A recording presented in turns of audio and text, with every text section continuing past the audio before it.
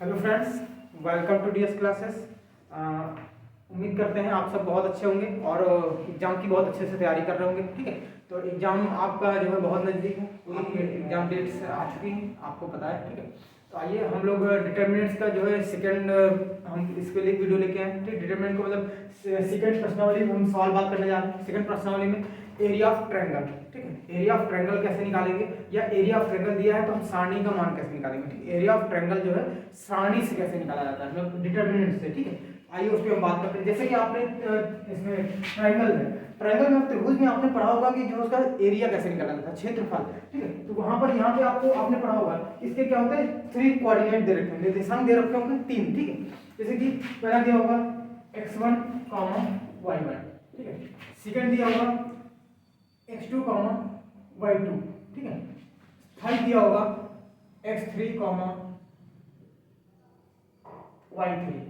ये आपके पास 3 कोऑर्डिनेट दिए होंगे। ठीक, और कहा जाएगा आपको इसका क्या निकालना है, आपको एरिया ऑफ ट्रायंगल फाइंड करना है with the help of determinant. ठीक है, डिटरमिनेंट की मदद से। आपने त्रिभुज हाई स्कूल में पढ़ा होगा, त्रिभुज में जो है त्रिभुज में मतलब एरिया त्रिभुज का क्षेत्रफल कैसे निकालते हैं। अब उसी इस फॉर्मूले को पढ़ा होगा। ठीक, उस फॉर्मूले को यहाँ पे हम यूज नहीं करेंगे। हम क्या करेंगे, इससे हम बनाएंगे एक डिटरमिनेंट। डिटरमिनेंट कैसे बनाते हैं, सारणी कैसे बनाते हैं वो दिखाते हैं। हम क्या करेंगे, त्रिभुज जो त्रिभुज होता है, त्रिभुज का साइन आपने पढ़ा होगा, एक्चुअली में डेल टाइप का होता है। ठीक है, आपने वहां पे हाई स्कूल में पढ़ा होगा या फर्स्ट में पढ़ा होगा। क्या होता है, एक ऐसा साइन होता है डेल टाइप, इसको हम डेल्टा बोलते हैं। ठीक है, मैथ की भाषा में इसको डेल्टा बोलते हैं। ठीक है, ये इस त्रिभुज का साइन भी है, सिंबल भी हम त्रिभुज का सिंबल लेते थे जब हम कभी लिखते थे त्रिभुज का नाम। कोई त्रिभुज है, जैसे त्रिभुज ABC हम नाम दे देते थे। अगर नाम दे देते थे, मान लिया ए हमारे पास, ये हमारे पास A बिंदु है, ये हमारे पास B है, ये हमारे पास C है, इस त्रिभुज का ABC हम कहते थे, त्रिभुज ABC ये सिंबल होता था। तो लेकिन यहाँ पे हम क्या पढ़ेंगे, हम यहाँ पे इसको डेल्टा पढ़ेंगे। ठीक है, यहाँ पे इसको हम डेल्टा पढ़ेंगे। डेल्टा क्यों पढ़ेंगे, क्योंकि हम डेल्टा बराबर हमारा फॉर्मूला होता है। फॉर्मूला क्या होता है, जैसे कि डेल्टा बराबर हम डिटरमिनेंट रखेंगे। अब डिटरमिनेंट बनाते वक्त ध्यान रखिएगा, हम डिटरमिनेंट में है। ठीक है, फॉर्मूला हमारा अगर पता रहता तो हमारा सवाल आसानी से होगा। ठीक है, हम यहाँ पे लिखेंगे 1/2 determinant delta equal to half 1/2 1/2। अब हम क्या करेंगे, x1 पहला वाला यहाँ पे एलिमेंट। ठीक है, फिर हम क्या करेंगे x1, सेकंड एलिमेंट y1। ठीक है, और जो थर्ड एलिमेंट होगा 3/3 की हमारी डिटरमिनेंट बनेगी। ठीक है, तो जो पहला एलिमेंट होगा x1 होगा, दूसरा y1 होगा और तीसरा हमारा 1 होगा सब में। ठीक, ऐसे हमारी इक्वेशन बनेगी। 3 हमारे पास कोऑर्डिनेट है तो 3 बनेंगे। ये हो जाएगा x2, y2 1, x3, y3 and 1। ठीक है, ये हमारे पास ये हमारी डिटरमिनेंट बन के आती है। हमें इसी डिटरमिनेंट इनकी जो हमारे कोऑर्डिनेट दिए होंगे, इनकी वैल्यू हम यहाँ पे पुट करेंगे। पुट करने के बाद हम इस डिटरमिनेंट को सॉल्व कर लेंगे, वही हमारा एरिया ऑफ ट्रायंगल होगा। ठीक है, समझ आ गया ना, ये हमारा बस बेसिक कॉन्सेप्ट और सिंपल सा है। ठीक, उसके बाद आपकी जो 4.2 एक्सरसाइज है ना, प्रश्नावली 4.2, इसके सारे सवाल आपके इसी एरिया ऑफ ट्रायंगल पे ही डिपेंड करते हैं। कभी क्या होगा कि एरिया ऑफ ट्रायंगल आपको दिया होगा, देन आपको कहेंगे कि आप डिटरमिनेंट के कुछ एलिमेंट्स निकालो या डिटरमिनेंट हमें इसके कुछ निर्देश निकालो, समथिंग जो भी बोलेंगे हम उसके अकॉर्डिंग काम करेंगे। ठीक है, अदरवाइज हमें अगर कोऑर्डिनेट दिया तो हमें एरिया ऑफ ट्रायंगल ऐसे निकालना, एरिया निकालना with the help of determinant. चलिए हम लोग सॉल्व करते हैं क्वेश्चंस। अब हम आपको दिखाते हैं 4.2 का क्वेश्चन नंबर 1। क्वेश्चन नंबर 1 में आपके पास यहाँ पे 3 क्वेश्चन दिए गए हैं। ठीक है, 3। तो हम कोई क्वेश्चन नंबर, हम ये क्वेश्चन का पहले क्वेश्चन का कोई नंबर ले लेते हैं। जैसे कि आपका क्वेश्चन नंबर ले लेते हैं 1 ले लेते हैं, दिखाते हैं आपको 1 क्या कहता है। ठीक है, 1 में कह रहे हैं पहला कोऑर्डिनेट दिया गया है, कह रहे हैं शीर्ष बिंदु दिए हुए हैं। शीर्ष बिंदु मतलब कोऑर्डिनेट, मतलब निर्देशांक दिए हुए हैं। ठीक, कोऑर्डिनेट दिए हुए हैं, कोऑर्डिनेट दिए हुए हैं। अब क्या दिए हुए हैं देख लेते हैं, 1, 0। सेकेंड जो दिया गया है वो तुम्हें दिया गया है 6, 0। थर्ड जो दिया गया है वो तुम्हारा 4, 3। ये 3 कोऑर्डिनेट दिए गए सेम तरीके। ठीक है, और ये कह रहे हैं कि आपको एरिया निकालना है, मतलब क्षेत्रफल निकालना है किसका, त्रिभुज का। त्रिभुज का क्षेत्रफल निकालना है तो सीधा त्रिभुज का क्षेत्रफल डेल बराबर रखेंगे हम सीधा। ठीक है, चाहे तो आप हिंदी लैंग्वेज में लिख सकते हैं कि त्रिभुज का क्षेत्रफल। ठीक है, या सीधा डेल्टा बराबर लिखिएगा। ठीक है, सीधा फॉर्मूला रखेंगे, हाफ डिटरमिनेंट का साइन बनाएंगे। एक्स की वैल्यू यहाँ पे कितना है, वो कंपैरिजन सिंपल करना। पहला जो बिंदु होगा वो हमारा ये हमारा x1 y1 है, दूसरे में x2 y2। हमें चेंज मत करना, ये नहीं कि हम इसको इधर कर दे इसको इधर कर दे। चेंज करने से आपका सवाल उल्टा हो जाएगा। जैसे दिया हुआ है ना, आपको वैसे पिकअप करना, वैसे ही आपको कंपेयर कर देना है। ये x1 की वैल्यू है, ये x1 की वैल्यू है, ये y1 की वैल्यू, इस तरह ये x2 ये y2 ये x3 ये y3। ठीक है, रखते हैं।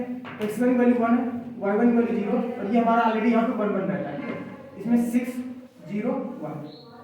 4 3 1, ये हमारे पास डिटरमिनेंट बन गई, ठीक। और डिटरमिनेंट सॉल्व करना हम लोगों ने फर्स्ट प्रश्नावली में बहुत अच्छे से सीखा हुआ है, ठीक है। आइए हम यहाँ पे कैसे करेंगे, हाफ, ठीक है। अब डिटरमिनेंट देखो, डिटरमिनेंट सॉल्व करने के लिए हम क्या करते हैं, हम सिंपल इसको क्या करेंगे, अब यहाँ पे इसको रखते हैं ब्रैकेट, क्यों, ये हमारे पास, ये तो हम क्या करें, इस नंबर से इंटू कर लेंगे तो डिटरमिनेंट, लेकिन डिटरमिनेंट हमने इंटू करना सीखा नहीं, तो डिटरमिनेंट में इंटू करना कोई नहीं, लेकिन वो अभी में सीखा, ठीक है, मैट्रिक्स में। तो यहाँ पे क्या करते हैं, इसको बिग ब्रैकेट में कर देते हैं और ये हम सॉल्व करते हैं, ठीक है। नंबर हम ले ले, हम देखो हम क्या करते हैं, यहाँ पे थोड़ा हम एक काम आपको बता रहे हैं, हम इस डिटरमिनेंट को थर्ड कॉलम कौन सा होगा, ये C1 मतलब पहला कॉलम, C2 सेकंड कॉलम, ये C3 थर्ड कॉलम होगा, ठीक। हम क्या कर रहे हैं, सेकंड कॉलम के उपलक्ष्य में इस डिटरमिनेंट को ओपन करने जा रहे हैं, ठीक है। बहुत ध्यान सुनिएगा, क्यों हम सेकंड के अप्रोच कर रहे हैं, क्योंकि सेकंड में हम देख रहे हैं कि दो टर्म्स जीरो हैं, दो एलिमेंट्स क्या है, जीरो, एक एलिमेंट है जो नंबर में है, अदर दो एलिमेंट जीरो। तो हम एक्चुअली में डिटरमिनेंट को जब ओपन करते हैं ना, तो हम उसी रो या उसी रो या कॉलम दोनों के सापेक्ष कर सकते हैं, तो चाहे रो के सापेक्ष करो या कॉलम सापेक्ष, तो हम उस रो के सापेक्ष कर रहे हैं जिसमें मैक्सिमम जीरो हो, एलिमेंट्स क्या मैक्सिमम जीरो, या उस रो के खिलाफ वो रो के ओपन करे जाकर के जिसमें मैक्सिमम जीरो हो। तो यहाँ पे देख रहे हैं इस कॉलम में दो जीरो, इसके हम इसको ओपन करने जा रहे हैं C2 के सापेक्ष, C2 के सापेक्ष हम ओपन करने जा रहे हैं,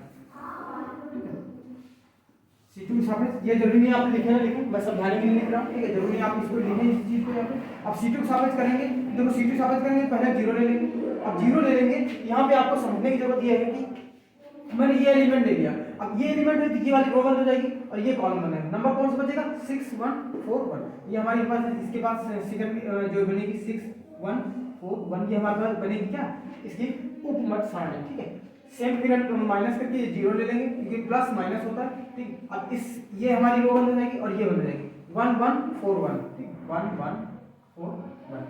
अब हमारे पास प्लस आ जाएगा, हम 3 ले लेंगे, ठीक है, तो 3 की क्या बचेगी, ये हमारे बंद होगा, ये बंद होगा, 6 1 6 1 6 1 6 1, ये हमारे पास मैट्रिसेस बनेगी, ठीक है। अब इनको हम सॉल्व करेंगे, इनको सॉल्व करके हम इधर दिखाते हैं, ठीक है, नीचे सारा आपको दिखेगा, ठीक है। तो ये हम आपको दिखाते हैं, तब देखो एक इसको ओपन करने से कोई फायदा नहीं क्योंकि इसके बाहर जीरो बैठा और जीरो इसके किसमें है, इनटू में है, याद रखिएगा ये इनटू में नंबर है, जब ये इनटू में नंबर है वो वाली दोनों क्या हो जाएंगे जीरो, इसीलिए हम क्या करते हैं उसके सापेक्ष ओपन करते हैं जहां पे देखो ये रिजल्ट कुछ भी आए, ये क्या कर देगा, इसको जीरो कर देगा, ये इसको जीरो कर देगा, सिर्फ ये बचेगा हमारे पास, तो ये हाफ बचेगा, हाफ, ये हमारे पास ब्रैकेट में 3 इंटू, इस ब्रैकेट को ओपन कर, इसको ओपन करते हैं तो पहले 6 बन जाए, ये हम करेंगे पहले इस विकर्ण का हम जो है मल्टीप्लिकेशन करते हैं, 6 बन जाए 6, फिर माइनस लगाते हैं और फिर ये इसका करेंगे इधर वाले का, तो 6 बन जाए 6, ठीक है। अब हम इसका प्रोडक्ट करेंगे, ठीक है, तो हमारे पास क्या हो जाएगा, हाफ 3, 6 में 6 क्या हो जाएगा,